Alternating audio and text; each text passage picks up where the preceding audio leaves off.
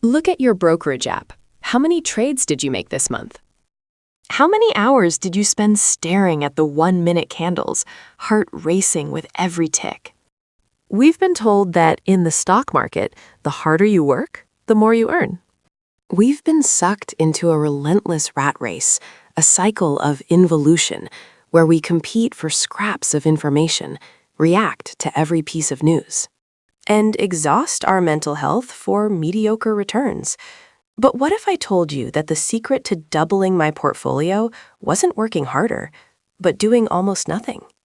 This is the story of how I escaped the naiwan of the markets, embraced the philosophy of slow is fast, and finally found the wealth I was chasing by standing perfectly still. Act 1. The fever of the screen. Imagine a room dimly lit by the blue glow of 4 monitors. It's 9:30 a.m.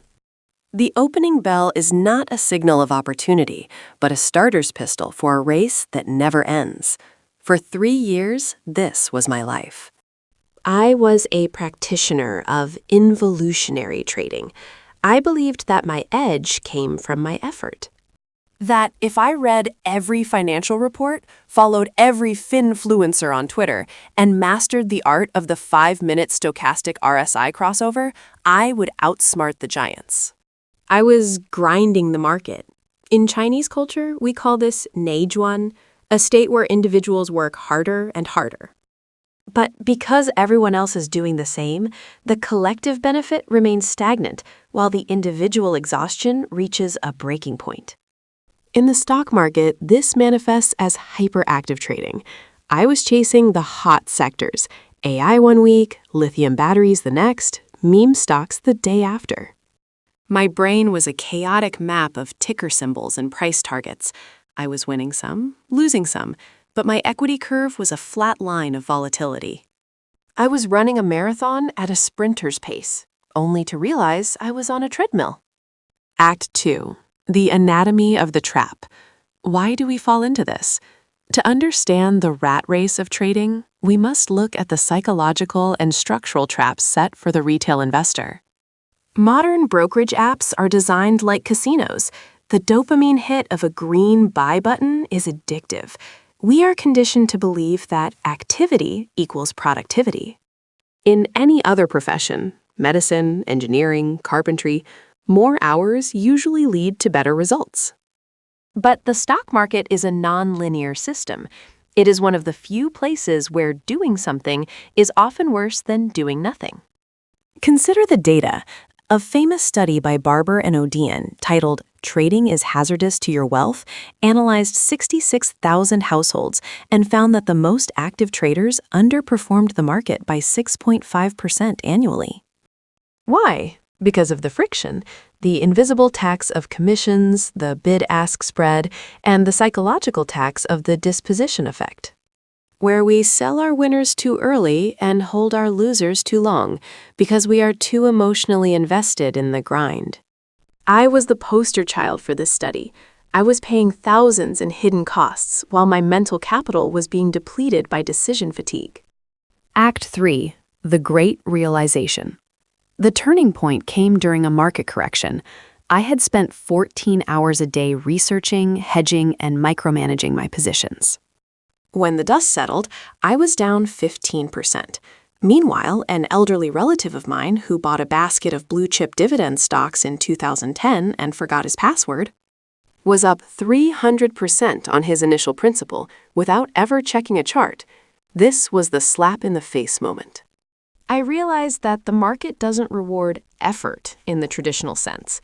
It rewards patience and correctness. The slow-as-fast philosophy began to take shape. I started reading the letters of Charlie Munger and Li Lu. Munger once said, "The big money is not in the buying and the selling, but in the waiting."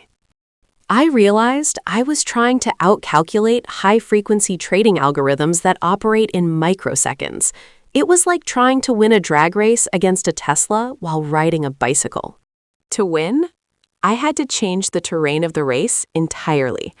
I had to move from the short-term noise terrain to the long-term value terrain. Act 4. The Architecture of Patience. So how did I transition?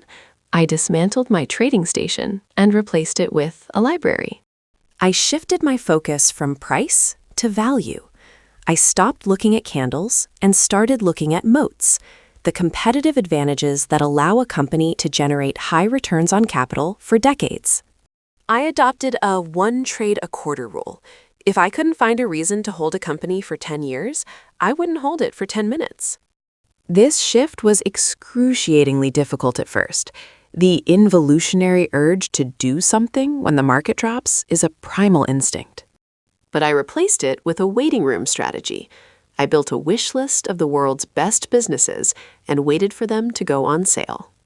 I stopped trying to predict the macroeconomy, because no one can, and started analyzing unit economics.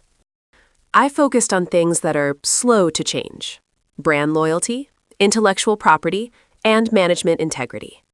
I discovered that by slowing down my decision-making process, the quality of my decisions improved exponentially. I wasn't just guessing on a breakout anymore. I was investing in an inevitable trajectory of growth. Act 5. The result. Doubling the returns. The paradox of slow is fast is that once you stop chasing the market starts working for you.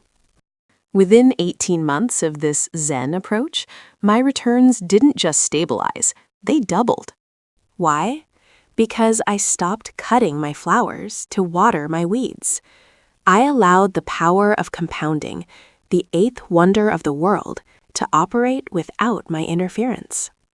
In the rat race era, I would have sold a stock after a 20% gain. In the slow era, I held a high-quality tech leader through a 30% drawdown. Only to see it triple over the next 2 years. I saved thousands on transaction costs, but more importantly, I regained my life. My cost per unit of return dropped to near zero. I realized that wealth is not just the number in your bank account. It is the freedom from the screen. When you reject the ne juan of the stock market, you aren't just becoming a better investor, you are reclaiming your humanity from the algorithms. Slow is not just fast. Slow is sustainable. Slow is peaceful. And in the long run, slow is the only way to truly win. The stock market is a giant machine designed to transfer money from the active to the patient. For years, I was the one paying the impatience tax.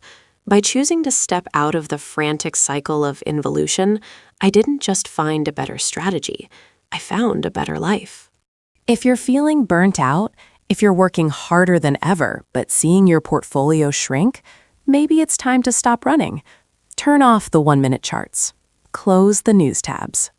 Find a great business, buy it at a fair price, and go for a walk.